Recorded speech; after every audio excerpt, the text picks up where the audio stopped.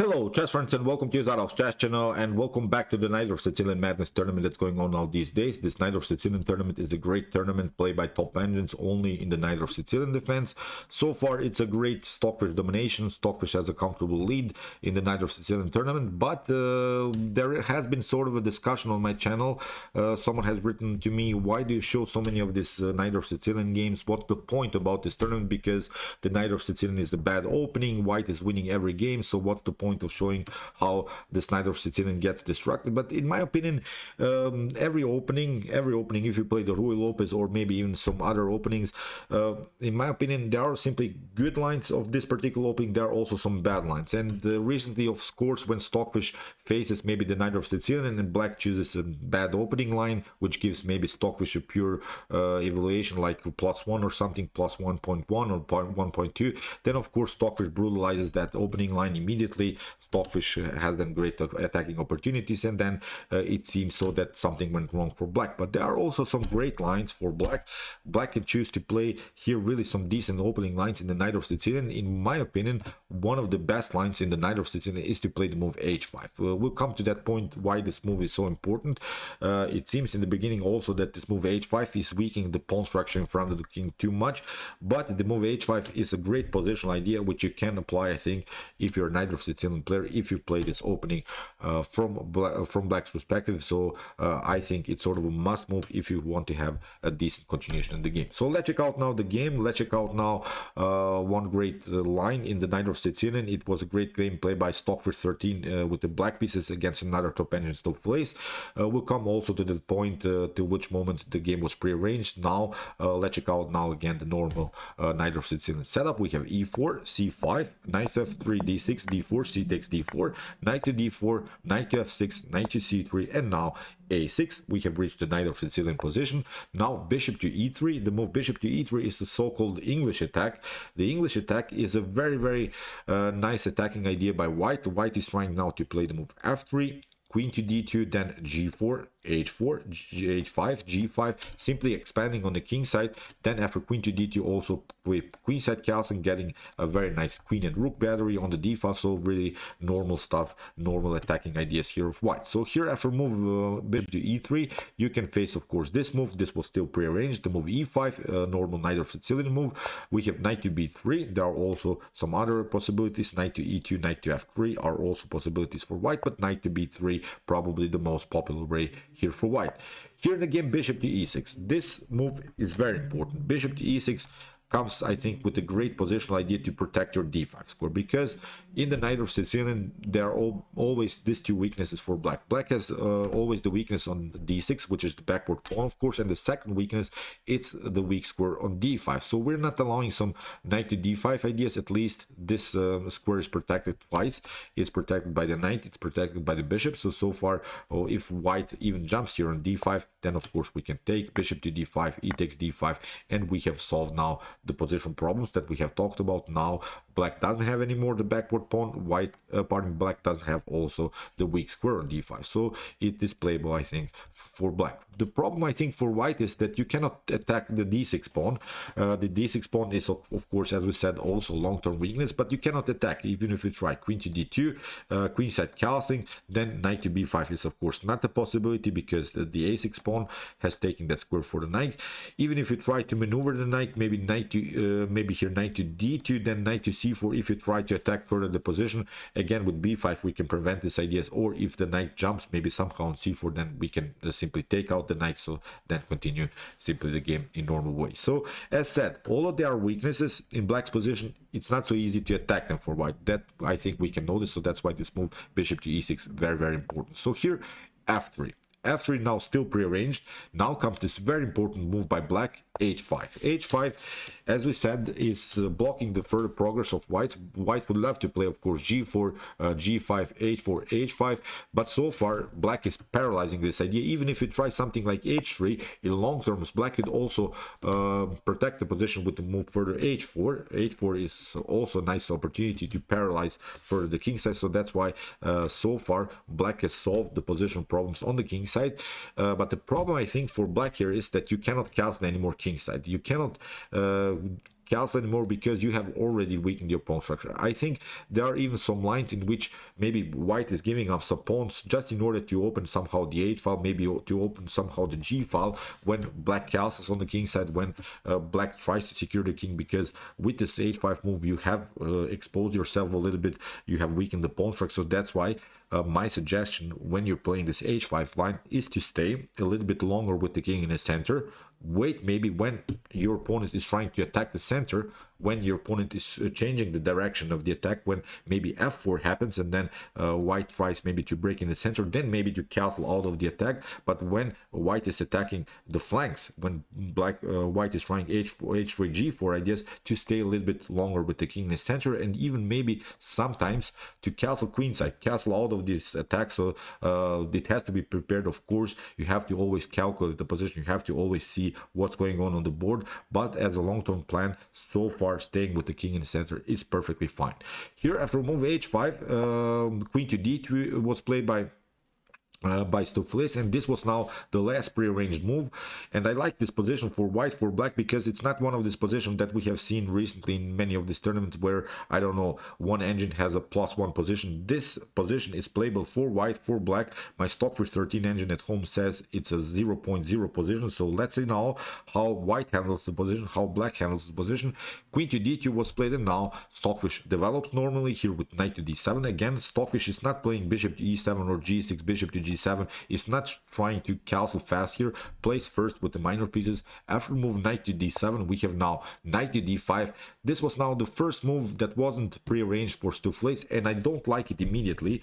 Maybe bishop to e2 or bishop to d3 are better ways than queenside castle, waiting a little bit because you can play knight to d5 whenever you want to. But now after move knight to d5, I think black has solved now all of the position problems. We have bishop to d5, e takes d5, knight to d5 could be a possibility, but I don't like it here for black. After e takes d5, bishop to f5 has to be played, and I think white can get rid of this very annoying bishop. After bishop to d3, you know, queen to d3, and I think when it comes to bishop's activity, that white has a better bishop because the darker bishop of blacks, it's simply blocked out by its own pawn structure. So I think when it comes to bishop's activity, as I said, white is slightly better. So that's why here after queenside castling, we have now knight to b6.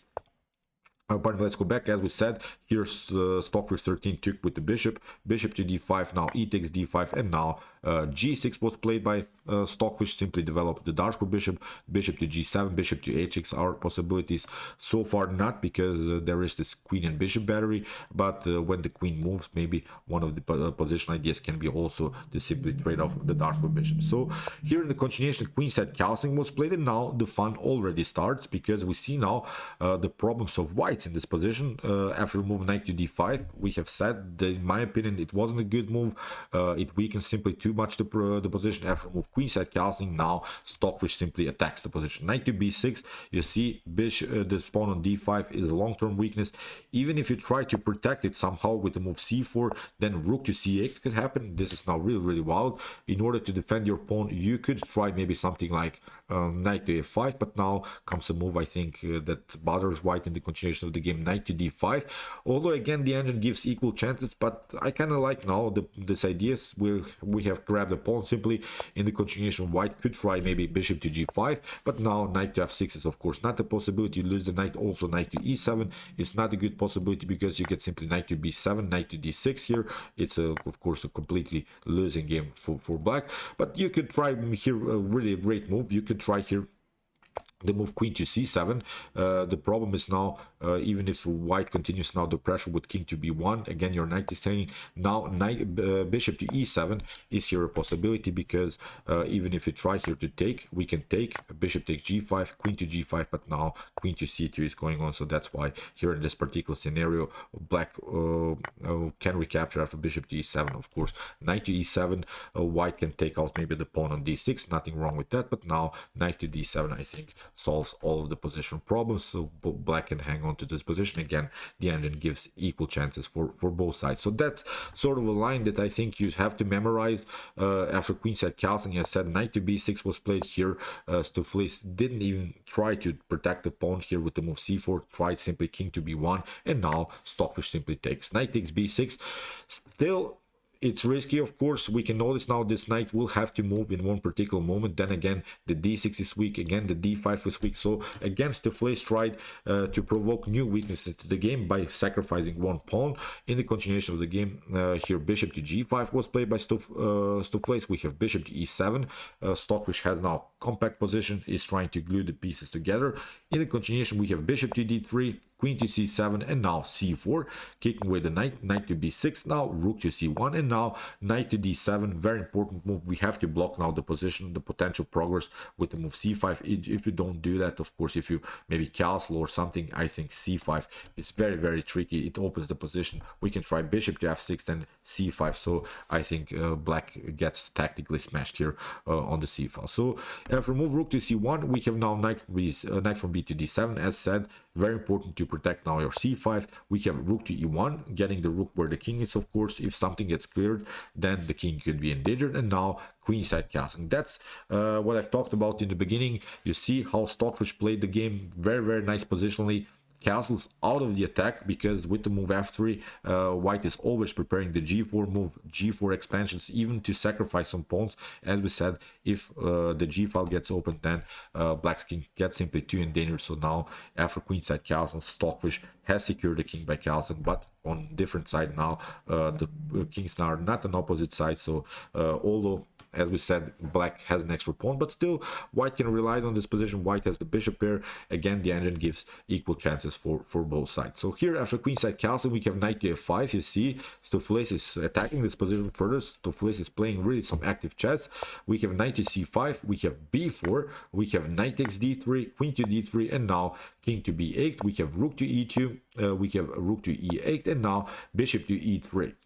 Even if you think bishop to f6, it seemed to me always like a good idea, good position trades of pieces, because after bishop to f6, it seems so that black is continuing the game with the bad bishop situation. The bishop would be blocked out by its own pawns, but it's actually not a bad bishop position here for black, because black can always advance the pawn on e4 or on d5. Black will find a way to open the position for the darker bishop. Let's see, maybe you try queen to d5. The best way, I think, here for black is simply to proceed with e4, opening the position. You have to, I think, give up one pawn just in order to get this very bishop active. And I think if we evaluate now the position, that black is much better.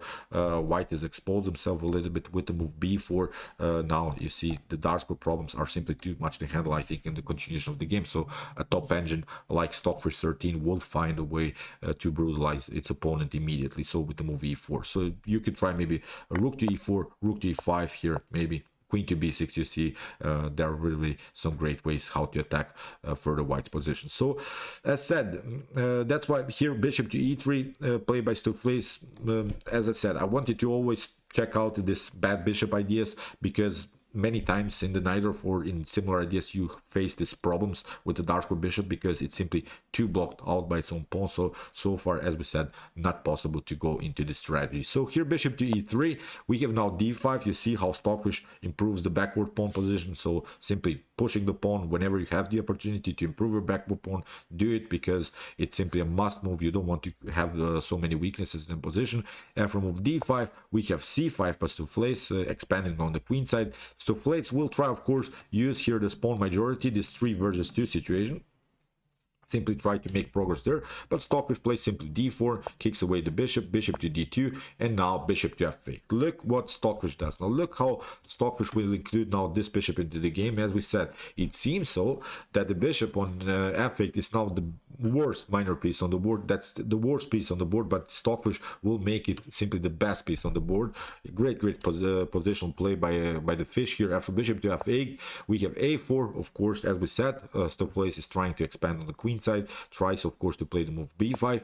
Here in the game, knight to d5, we have queen to b3, we have rook to e6, rook to e1, we have h4, blocking further the position on the king side, because maybe in long terms there are ideas of g3 then f4 by white to split the pawn structure here, to split really this d4 pawn from the pawn on e5, trying to create some weaknesses, trying to create weak pawns in the position. So that's why h4, here rook to c4, and now rook to c8, we have rook to c1, and now bishop to g7. Look how this bishop will come into the game.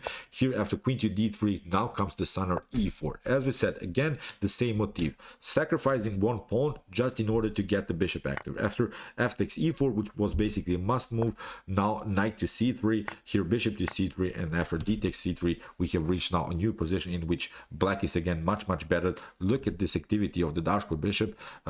We can even, I think, sacrifice the pawn as a long-term plan just in order to open the position further, maybe build also a queen and bishop battery, and even threaten some checkmates here on the long angle. Really beautiful play. Not that this pawn on c3 is also creating this important attacking ideas. It also cuts off, we have to notice it, it also cuts off the connection between the rooks, because the rooks were very dangerous. So now it's a much better position here for black. After d takes c3, we have rook to d1, queen to h2. You see the position is falling apart here for white. Here in the continuation, queen to c2 was played by Stoofvlees, bishop to f6, and now d6. Here Stoofvlees is trying to somehow open the position also in front of black's king. We have now b takes c6, we have queen to f2, trying of course to play queen to b6, a dangerous check. So that's why c5, great move here by Stockfish 13, cutting off again the connection between the queen and the square. Very important stuff. If you try now rook to c5, this wasn't played in the game, but you get simply rook to c5, queen to c5, and now still the queen can come back, can defend the position. You can maybe try one check, no problem there, because we still have king to h7. After something like king to c2, the problem is now this one. I think you get simply h3. Memorize this move h3, because this idea to play the move h3 is now the main tactical motif of blacks, because even if you take, of course, g takes h3, the problem is this one. Queen to h2 will happen. You don't have anymore your protection on the second rank. This motif will happen now many times in the continuation of the game. So that's why I'm pointing out this idea. h3 winning the game immediately. Here it's a completely winning endgame here for black. So after move c5, as said, rook to c5 is not a possibility. It doesn't bring you so much. So that's why b takes c5. But the move b takes c5 opens now the b file against also white king. So that's why here first king to a8, now rook to b8 is a serious threat. So here in the game c6, we have now rook to c5, rook to d6, attacking the rook. We have rook to c1, and now comes this idea rook to b8. But okay, white has now this idea, knight to b7, protecting the b file. In the continuation of the game now, a great move again by Stockfish 13, bishop to d4. If you try now rook to d4, you see rook to c6 will happen, and now your knight is hanging. The problem is now here, if you try rook to b4 to protect your knight somehow, you get again this move h3, h3, h3, h3. So here if you try for protect, maybe something like rook to c2, then we have queen to h1. What to do? Even if you try here rook to c1, we can take here and again I think black is simply winning. You cannot take, of course, the queen. We will simply promote a new queen. So really brilliant idea here to play the move bishop to d4. Really wild stuff. Now in the continuation, queen to e2 had to be played here by Stoofvlees, and now again h3, h3, h3. So here king to a2 was played. We have rook to f6.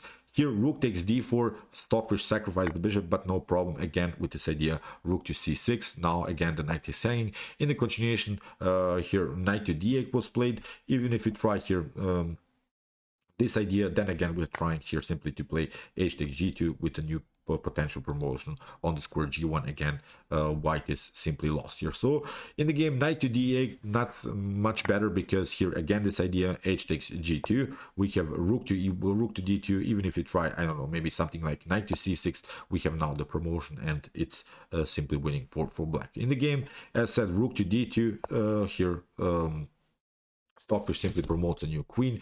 Here we have g1, rook takes g1, and now rook to c4. If you take, of course, the queen, then you get rook to a4, a very beautiful checkmate by both of these rooks. So great move here, rook to c4 by Stockfish 13. So that's why here knight to b7, not better here, rook to b7. We have king to a3 here.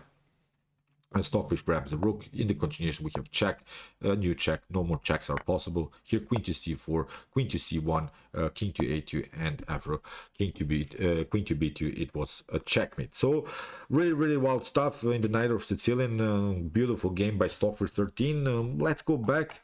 Very important to memorize, I think, this line with the move h5. As said here, queen to d2, knight to d7, and now I don't like this idea of blacks, this move knight to d5. It simplifies the game, I think, for black. Bishop to d5, it takes d5. Now we have seen g6, very firm setup. Now knight to b6, attacking the d5 pawn. Don't castle immediately from black's perspective, because you will find a way to castle if your opponent attacks the center. But so far, I think playing very actively against this weak pawn on d5 is a great idea. Stockfish exploited this weakness, defended the position, got counterplay ideas. This pawn on h3 was very annoying. You saw in the continuation of the game, beautiful attack again by the fish. So as I said, the Najdorf is still playable, but if you know what you're doing, if you're playing the correct opening lines and the correct moves in the continuation of the game. So okay, I hope that you enjoyed this game. I really enjoyed it a lot. Beautiful lines of the Najdorf Sicilian. If you want to study the Najdorf Sicilian more, I've created now a separate playlist by this great game played by top engines, and also played by top grandmasters now from these days.